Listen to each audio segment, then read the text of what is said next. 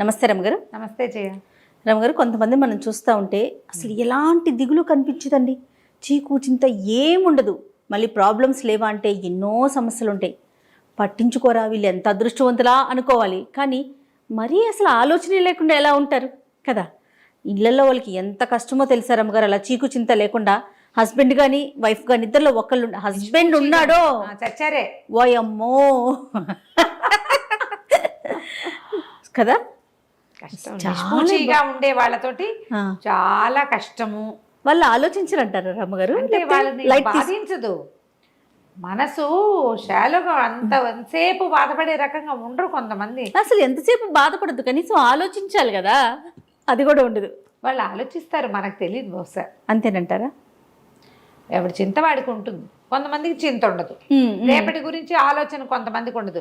రేపు ఎలాగా, ఎల్లుండేలాగా, అవతల ఎల్లుండేలాగా, పిల్ల పెళ్ళి అయితే ఎట్లా, పెళ్లి కాకపోతే ఎట్లా, పెళ్ళయ్యాక పిల్లలు పుట్టపోతే ఎట్లా, పుడితే ఎట్లా, ఆ ఊరు వెళ్తే ఎట్లా, ఎక్కడికో ఆలోచించేస్తారు. ఆలోచించే వాళ్ళు కొంతమంది, ఏ ఆలోచన లేకుండా ఉండేవాళ్ళు కొంతమంది. దీని మీద ఒక నిర్విచారుడని భలే కథ ఉంది జయ. ఓ చెప్పండి. చాలా బాగుంది, ఇంట్రెస్టింగ్గా ఉంటుంది. పాత కథ, 50లోది బహుశా, ఏమన్నా 50 అంతే, 50స్లోది అనుకో. తర్వాత ఇప్పుడు గుర్తు చేసుకుంటూ ఉండేదాన్ని ఆ కథ నేను, భలే తమాషాగా ఉంటుంది. ఓ రాజుగారు ఉన్నారు. ఈయన రాజ్యం సుభిక్షంగా ఉంది, ప్రజలు శాంతిగా ఉన్నారు, పెద్ద ప్రాబ్లమ్స్ ఏం లేవు. అంటే జనరల్గా రాజ్యంలో ప్రాబ్లమ్స్ అంటే ట్యాక్సులు ఎక్కువైపోవటము, ఏదైనా ఈతి బాధలు, వర్షాలు పడకపోవటము, అకాల వర్షాలు, అకాల మృత్యువులు, అలాంటివి ఏమీ లేవు.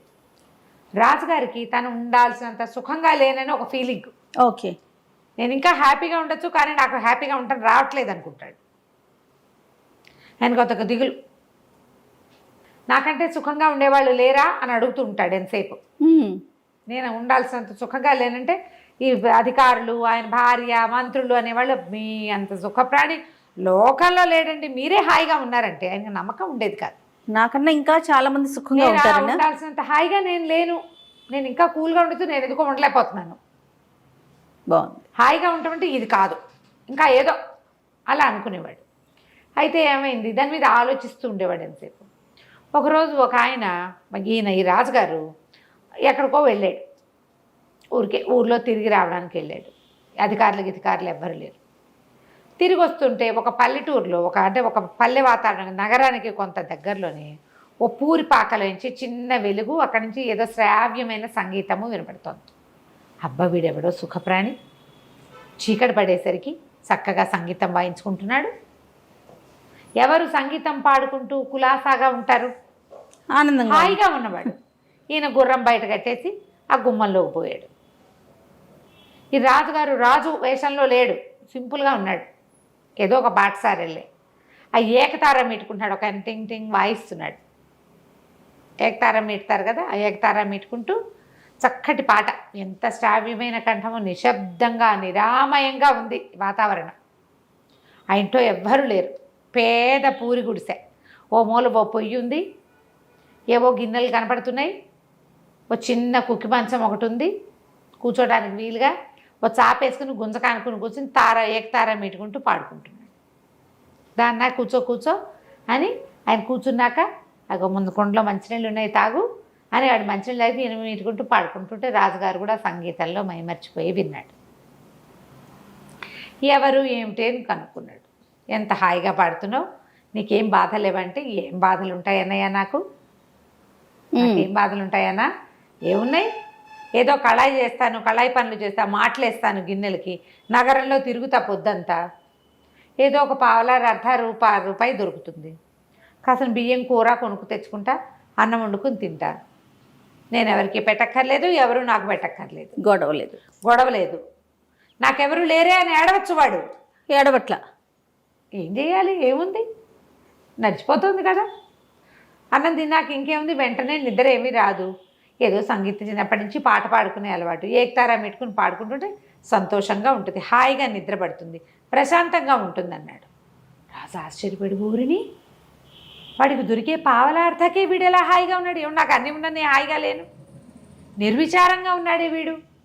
వాడు ఎంతైనా ఏడవచ్చు, నాకు పావలాయే వస్తుంది రూపాయి రావట్లేదని ఏడవచ్చు, పోనీ రూపాయే వస్తుంది 10 రూపాయలు లేవని ఏడవచ్చు, నాకు ఎవడూ లేడు, నన్ను పట్టించుకునేవాడు లేడు, నన్ను చూసేవాడు లేడని ఏడ్చేవాళ్ళు లేరా ఇప్పుడు? అదే కదా. అన్నీ ఉన్నా సరే మా అమ్మ లేదు, మా నాన్న లేడు, నన్ను కనుక్కునేవాళ్ళు లేరు, అందరూ నన్ను అజాపజా కనుక్కోవట్లేదు అని ఏడుస్తూ ఉంటారు. అవును. రాజుగారికి అన్నీ ఉన్నా ఏదో కష్టం.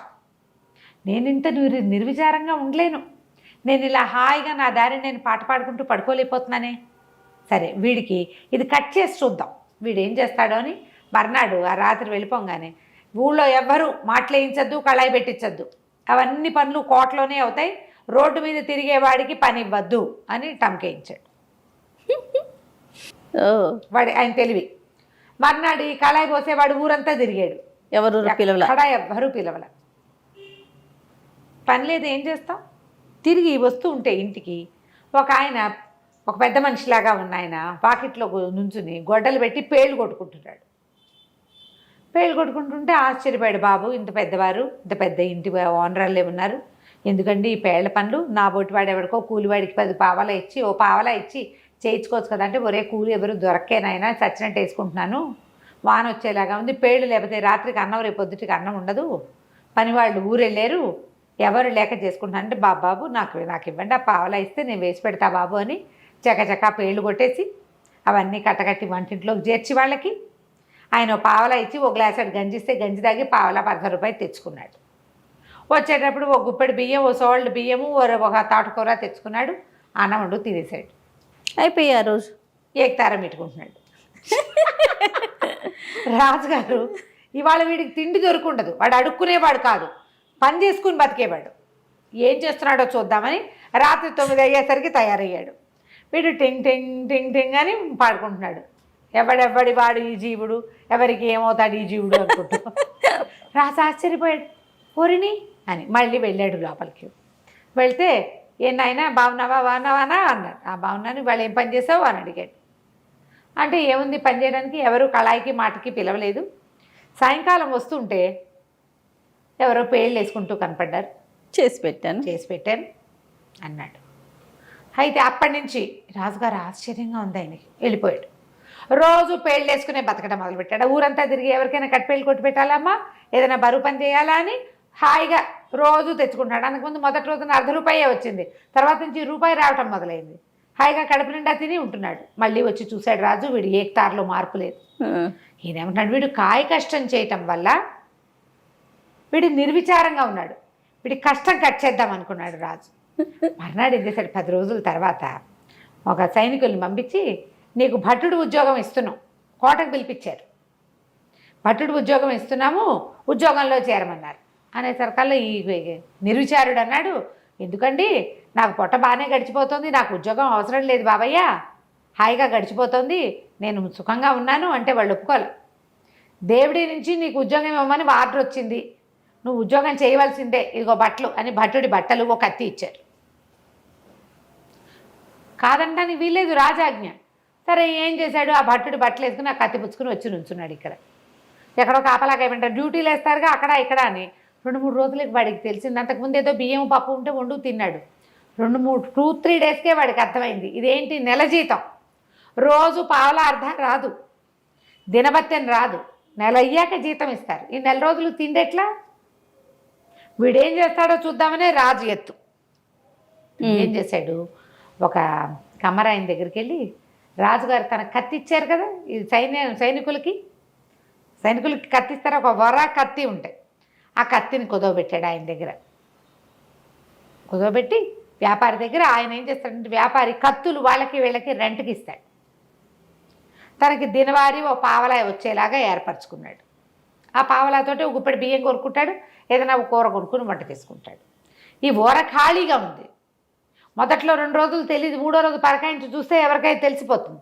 అందుకని ఏం చేశాడు, ఒక వడ్రంగి స్నేహితుడు ఎవరో తెలిసిన వాడు ఉంటే, అన్న ఇందులో పట్టేందుకు ఒక కత్తి చేసి పెట్టమని చేయించుకున్నాడు.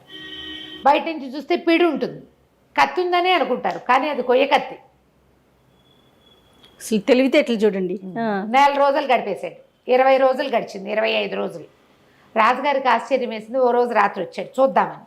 వీడు టింగ్ టింగ్ వాయించుకుంటున్నాడు, పాట పాడేస్తున్నాడు నిర్విచారంగా. రాజు ఆశ్చర్యపోయాడు, ఎట్లా వీడు చేస్తున్నాడు, ఇప్పుడు వెళ్ళి అడగలేడు. అందుకని ఏం చేశాడు, ఓహో వీడు ఊరికే సైనిక వృత్తి ఇచ్చాం వీడికి, వాడు అక్కడ ఇక్కడ ఊరికే ఉంచుంటాడు పారా హుషారు అనుకుంటూ. వీడికి పెద్ద పని చెప్పాలి. రక్తం చూడలా వీడు యుద్ధ సైనికుడు కాదు, వీడికి నెత్తురు చూపించాలి. వీడికి అప్పుడు వీడి సుఖమంతా పోయి భయం వేస్తుంది వాడికి.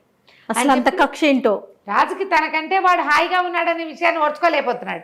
రాజే మనమైనా అంతే కదా జయ, మనకంటే అవతల వాళ్ళు హాయిగా ఉన్నారని అనిపిస్తే మంటగా ఉండదా? కానీ అలా కక్ష సాధిస్తారా? మనకు అవకాశం లేదు, రాజుకి అవకాశం ఉంది. ఏదైనా అనవా జయ మనం, వాళ్ళకేంటి అంటాం సాధారణ రమ్మగారు. ఈ డ్రెస్ ఎంత నచ్చినా సరే ఈ డ్రెస్ నీకు సూట్ కాలేదు, అలా ఉంటే బాగుండేది, ఇందులో ఈ పువ్వులు లేకపోతే బాగుంది, ఏదో ఒక వంకి ఓర్చుకోలేనితనం ప్రతి మనిషికి 100% ఉంటుందండి. అవకాశం వచ్చినప్పుడల్లా ఆవిడ అట్లా ఇట్లా వేరే ఒక రూపంలో అయినా అనేసి ఆ కక్ష తీర్చేసుకుంటూ ఉంటారు. రైట్. మనుషులు కదా, మనుషులకు అలాంటివే ఉంటాయి భావాలు. వాటిని అరిషడ్ వర్గాన్ని జయించలేం మనం. రాజుగారు అసలు జయించలేము. ఏం చేశాడు, మర్నాడు ఒక ఖైదీకి ఉరిసి ఇది ఉంది, మెడకోసేయాలి వాడికి. ఏమనాలి దాన్ని? ఊరి శిక్ష. తల ఉత్తరించటం, నరకటమే.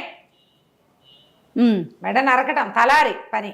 ఆ తలారికి చెప్పాడు, ఫలానా ఒక సైనికుడు ఉన్నాడు నిర్విచారుడు, వాడి చేత ఈ పని చేయించమన్నారు. అతను మెడొత్తరించే పని వాడికి చెప్పమన్నారు. అక్కడి నుంచి వీడిని పిలుచుకుపోయారు.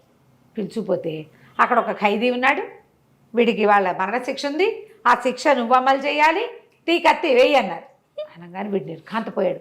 ఒకటి భయం వేసింది, రెండోది ఇంకో భయం వేసింది. కత్తి లేదు కదా, లేదు. కొయ్య కత్తితో ఎట్లా చేస్తాడు? అదే. అయితే లబలబలాడుతూ అన్నాడు, అయ్యా తలారన్నా, నాకు ఈ పనులు అలవాట్లేదు, నేను ఏదో మామూలుగా మాటలేసుకుని బతికేవాడిని, ఎందుకో ఉద్యోగం వచ్చింది బాబు, నాతోటి ఇవన్నీ కాదు, ఒట్టి సైనికుడు పని అంటే కాపలా పనే కదా అనుకున్నాను, ఈ చావుల పనులు నరకటాలు అవి నేను చేయలేనని. అంటే తలారు ఒప్పుకోలే, కఠినంగా చెప్పాడు. నీ పేరు చెప్పారు, దేవుడి నుంచి నీతోటి శిక్ష అమలు చేయించమని వచ్చింది, చేయవలసిందే రాజాజ్ఞ, ఇక కుదరదన్నాడు. అనేసరికల్లా వీడు ఆలోచించుకుని, ఓకే దేవుడా, నా జీవితంలో ఎప్పుడూ చేయని ఒక బ్రహ్మాండమైన పని చేయబోతున్నాను, నా వల్ల ఒక ప్రాణం పోబోతోంది, ఒకవేళ ఈ ఖైదీ కనుక నిర్దోష అయితే నేను నరికే కత్తి కొయ్య కత్తిగా మారిపోవుగాక, నువ్వే ప్రమాణం దేవుడా, నీ మీదే శపథం చేస్తున్నాను అని గట్టిగా అరిచాడు. చుట్టూ జనాలతో చూస్తారు ఏమవుతుందో. వీడు ఏనాడు అలాంటి పనులు చేసిన వాడికి వీడు మాటలేసేవాడని కొంతమందికి తెలుసు, సైనికుడు ఊరికే పారా హుషారంటాడని ఇంకొంతమందికి తెలుసు. వీడు సర్రమని కత్తి చూసి దాడి మెడమే నరకబోయాడు. కొయ్య కత్తి కనపడింది అందరికీ. ప్రజలంతా కేకలు పెట్టారు, నిర్దోషి నిర్దోషి నిర్దోషి అని. మ్యూజిక్ ఏం రాలేదు, అని మ్యూజిక్ వస్తుంది, ఇక్కడ ఏమీ రాలే. కత్తి మాత్రం కొయ్య కత్తిగా మారిపోయింది. పిడి రాజుగారు ఇచ్చిన కత్తి పిడే, అదే కదా, కత్తి మాత్రం కొయ్య కత్తి.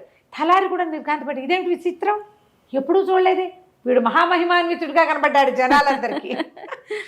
పరిగెత్తుకుంటూ పోయి రాజుగారికి చెప్పారు, వాడు నిర్దోషండి, వాడి నిర్దోష ఏంటి, అంతా విచారించాం, వాడు నిర్దోష కాదు, వాడు దోషి, వాడు 5 హత్యలు చేశాడు, దారి దోపిడి దొంగ వాడు అంటాడు రాజు. జడ్జిని పిలిచారు, మంత్రిని పిలిచారు, అందరూ వాడు దొంగ వాడు దొంగ వాడు హంతకుడు అంటే కత్తి కొయ్య కత్తిగా ఎలా మారిపోయింది? ప్రజలు ఒప్పుకోవటాల, నిర్దోషికి శిక్షిస్తారా? మేము చూస్తుండగానే కత్తి కొయ్య కత్తిగా మారిపోయింది. కేకలు పెట్టేసి జనాలంతా క్యాండిల్ ర్యాలీ లాంటిది చేయటం మొదలుపెట్టారు. రాజుగారు ఆశ్చర్యపోయి, ఈ నిర్విచారుడు, ఈ పాటగాడు ఉన్నాడు కదా సంగీత పాడుకునేవాడు, వీడిని పిలిచాడు. ఒరే నాయన ఏంటి కథ అంటే, నేనేం చేయను ప్రభు, ఇలా జరిగిందండి చెప్పేశాడు. చెప్పంగానే రాజుగారు అనుకున్నాడు, వాడు హాయిగా ఉండటానికి అలవాటు పడ్డవాడు, వాళ్ళు నిర్విచారంగానే ఉంటారు, వాడికి డబ్బులు ఉన్నాయి, లేదు ఉద్యోగం ఉంది, పదవి ఉంది, ఇవి కాదు, అంతే. నిర్విచారంగా ఉండటం వాడి మనస్తత్వం. డబ్బుంటే సుఖంగా ఉంటారని, రాజైతే సుఖంగా ఉంటారని, ఉద్యోగం ఉంటే సుఖంగా ఉంటాం కాదు, సుఖంగా ఉండటం అనేది ఒక తత్వం, అంతే. ఏదున్నా లేకపోయినా ఆ ఖైదీకేమో ఉరి శిక్షని మరణ శిక్ష చేసి, మరి ప్రజల్లో గొడవ వస్తుందిగా, వాడికేమో ఆజన్మాంతం జైలు శిక్ష విధించి, ఈ పాటగాడిని నీకు చేతొచ్చిన పని చేసుకో అని చెప్పి వదిలిపెట్టేశారు. ఏమైనా ఇవ్వమని ఏం వద్దండి, నా బతుకు నేను బతుకుతానన్నాడు. పావలా అర్థం వస్తే చాలు, ఏకతారా మీటుకోవడానికి అంతకంటే ఏం కావాలి, అంతే. హాయిగా దాన్ని పోయాడు. రాజుగారు ఆ తర్వాత నాకంటే సుఖంగా ఎవడున్నాడు అని చూడడం మానేశాడు. సూపర్, వాడు తెలివితేటలు సూపర్. నమస్తే రమ్మగారు. నమస్తే.